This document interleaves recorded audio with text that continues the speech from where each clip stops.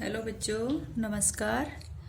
आज हम हिंदी शिक्षण में हमारा टॉपिक था सूक्ष्म शिक्षण। तो कल हमने सूक्ष्म शिक्षण के बारे में बातें की थी। आज का अपना टॉपिक रहेगा सूक्ष्म शिक्षण की उपयोगिता।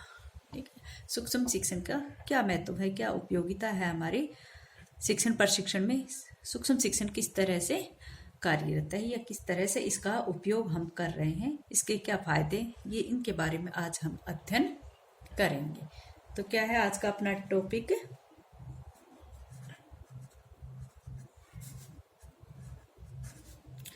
सूक्ष्म शिक्षण की उपयोगिता।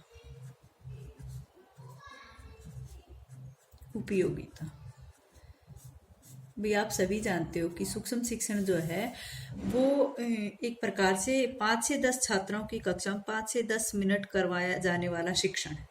ठीक है, तो हम ये कह सकते हैं कि सूक्ष्म शिक्षण में जो कक्षा है उसका भी रूप छोटा होता है, समय भी कम रहता है और पाठ बहुत ही छोटा रहता है। 5 से 10 विद्यार्थियों की कक्षा होती है, समय 5 से 10 मिनट का होता है, तो इतने समय में सिर्फ पाठ भी छोटा ही होता है। ठीक है, तो आप सभी जानते हो कि सूक्ष्म शिक्षण में जो अपने 5-6 कौशल हैं उनको 5 से 10 मिनट के अंदर प्रत्येक कौशल को एक एक करके सिखाते हैं। और यहाँ पर सूक्ष्म शिक्षण में इस तरह से पूरी पाठ योजना तैयार हो जाती है।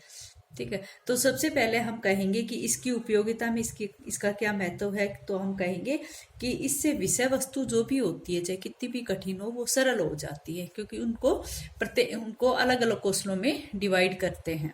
तो एक एक कौशल को सीखते हैं क्रमबद्धता से। तो सबसे पहले हम इसकी विशेषता बताएंगे कि इससे विषय वस्तु जो है, विषय वस्तु सरल हो जाती है।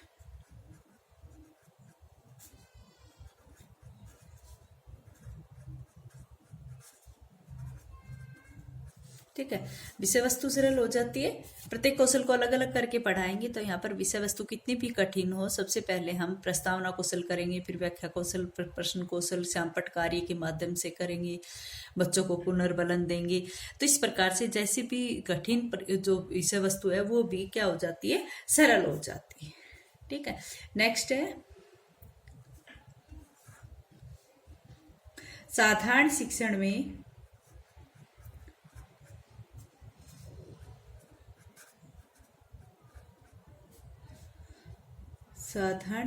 में पाठ योजना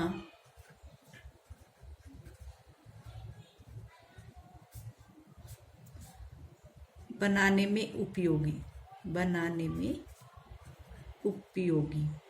कैसे है उपयोगी? भी साधारण शिक्षण का मतलब क्या है कि धीरे धीरे प्रत्येक कौशल को हम क्रम से करते हैं। तो एक प्रकार से एक एक कौशल में बच्चा पारंगत होता जाता है और पूरे 5 कौशलों में वो पारंगत हो जाता है। ठीक है, 5 ही कौशलों को वो आराम से सीख लेता है। एक एक कौशल को करके सीखेगा तो धीरे धीरे 5 कौशल सीख जाएगी। इस प्रकार से साधारण से नॉर्मल से दिखने वाले जो अपना शिक्षण है उसके अंदर पूरी पाठ योजना कंप्लीट हो जाती है, तैयार हो जाती है। ठीक है, नेक्स्ट है अध्यापन में दक्षता प्राप्त हो जाती है। अध्यापन में दक्षता प्राप्त हो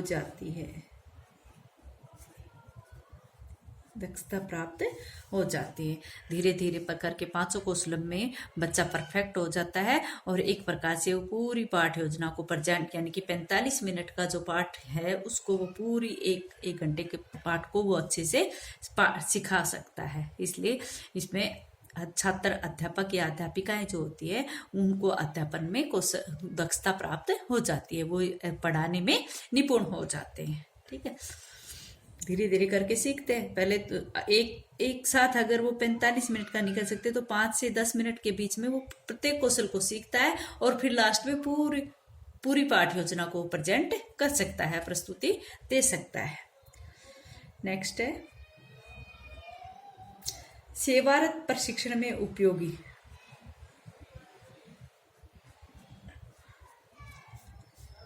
सेवारत सॉरी सेवारत प्रशिक्षण में सेवारत प्रशिक्षण में उपयोगी। सेवारत प्रशिक्षण में उपयोगी कैसे है भाई? सेवारत प्रशिक्षण में उपयोगी किसी भी हो सकता है कि कल आप आज बीएड कर रहे हो, कल आप टीचर बन जाओ, तो वहां पर आप अपने इन कौशलों का प्रयोग करते हुए बच्चों को पढ़ा सकते। अपने 45 मिनट का या 50 मिनट का जितने मिनट का आपका लेसन होगा उसको आप इसी तरीके से पढ़ा सकते हो, और ये पढ़ाने का सबसे अच्छा तरीका है। इसलिए कहा जाता है कि सेवारत प्रशिक्षण में भी उपयोगी है। जो भी बच्चा इसमें किसी भी अध्यापक या अध्यापन से जुड़ी हुई में नौकरी में जाता है तो उनके लिए बहुत ही उपयोगी है। ठीक है, नेक्स्ट है व्यावसायिक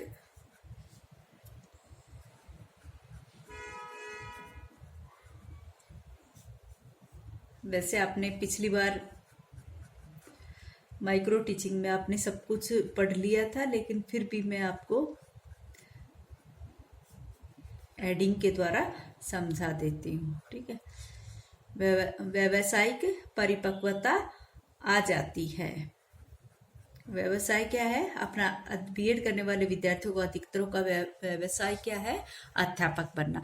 और वो इन तरह से सूक्ष्म शिक्षण के माध्यम से अपने पर अध्यापन कार्यों को अच्छे से कर सकता है। यह बार आया ना कि अध्यापन में दक्षता प्राप्त हो सकती है, और ये एक प्रकार का कहने का अर्थ है कि इस तरह का अगर कोई व्यवसाय वो विद्यार्थी करता है तो उसमें भी परिपक्वता आती है। किसी कार्यों की करने की निपुणता उसके अंतर्गत उसको इसके अंदर आ जाती है।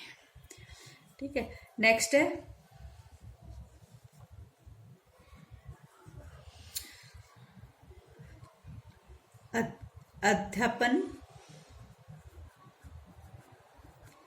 अध्यापन व्यवहार केंद्रित।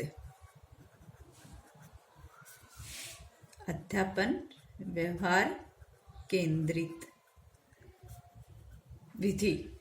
ठीक है, अध्यापन व्यवहार केंद्रित विधि। आप सभी जानते हो कि शुरू में जब आपको माइक्रो टीचिंग करवाते हैं तो आप झिझकते हैं, आप सामने खड़े होकर बोलने में संकोच महसूस करते, लेकिन जब आपने एक कौशल को करके देखा तो ऐसा लग रहा है कि जैसा आपका व्यवहार भी ही परिवर्तित हो रहा है। आप इस तरह से शिक्षण कराते कराते एक प्रकार से ऐसे महसूस करने लग जाते हो कि मैं ही अध्यापक हूँ। ठीक है, तो अध्यापन व्यवहार केंद्रित विधि है। माइक्रो टीचिंग जो है इसमें आपको प्रेजेंट करने की या लीडरशिपता के जो गुण हैं वो आते हैं, और इसमें ये कहते हैं कि इस माइक्रो टीचिंग के माध्यम से अध्यापन व्यवहार केंद्रित विधि है। क्यों है? क्योंकि आप अध्यापन ही तो करवा रहे हो, तो इसीलिए अध्यापन व्यवहार केंद्रित विधि कहा गया है इसको। नेक्स्ट है प्रभावशाली विधि। प्रभावशाली विधि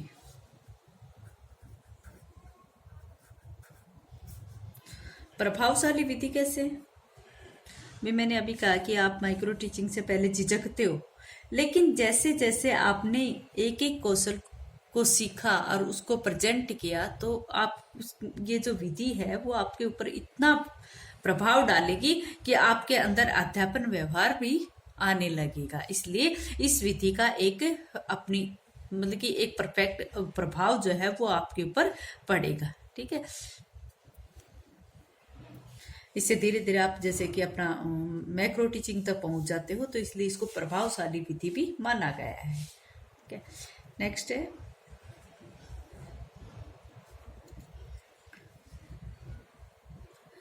छात्र अध्यापक या अध्यापिका छात्र अध्यापक या अध्यापिका को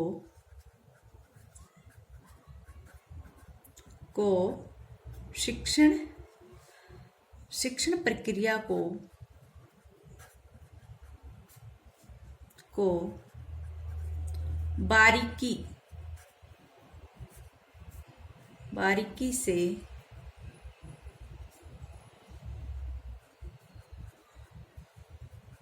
बारीकी से समझने का अवसर मिलता है,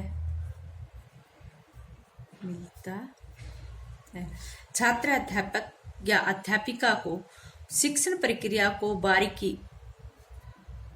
बारीकी से समझने का अवसर मिलता है। जो छात्र अध्यापक है या अध्यापिका है, माइक्रो टीचिंग के माध्यम से अगर वो सीखता है अध्यापन कार्य करवाना, तो एक प्रकार से वो इस शिक्षण प्रक्रिया से बारीकी से जुड़ जाता है। ठीक है, नेक्स्ट है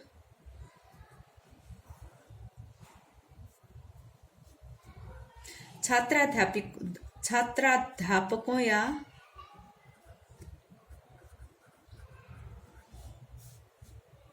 अध्यापिकाओं को प्रतिपुष्टि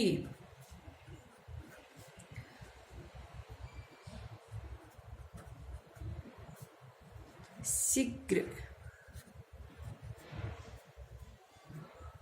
हो जाती है। कैसे हो जाती है? भी जब वो एक प्रतिपुष्टि कैसे हो जाती है, जैसे वो प्रस्तावना कौशल पढ़ाता है, साथ ही हम उसको ये फीडबैक देते रहते हैं कि ये सही नहीं है, आपकी आवाज़ सही ये नहीं है, आपने पूर्व ज्ञान का प्रयोग नहीं किया है, या छात्रों के उत्तरों का प्रयोग नहीं किया है, या तारतम्यता की स्थिति आपके क्वेश्चनों में नहीं थी, या आपने किसी तकनीकी का प्रयोग नहीं किया। तो इस प्रकार से वो एक कौशल में पारंगत होगा तभी वो नेक्स्ट कौशल में पहुंचता है। ठीक है, नेक्स्ट कौशल में कब जाता है? जब वो एक कौशल में पारंगत हो जाता है। ठीक है, तो छात्र अध्यापक को प्रतिपुष्टि शीघ्र हो जाती है। भाई एक कौशल में जैसे ही बच्चे को प्रस्तावना कौशल करेगा वो तुरंत व्याख्या कौशल में पहुंच जाएगा, और व्याख्या कौशल को करेगा तो प्रश्न कौशल में पहुंचेगा। इस तरह से यहाँ पर प्रतिपुष्टि शीघ्र हो जाती है। ये नहीं कि पूरा पाठ 45 मिनट का प्रेजेंट करने के बाद कहें कि आपने कुछ सही नहीं किया। ठीक है, तो अच्छा बच्चों, आज इतना ही, आगे कल कराएंगे।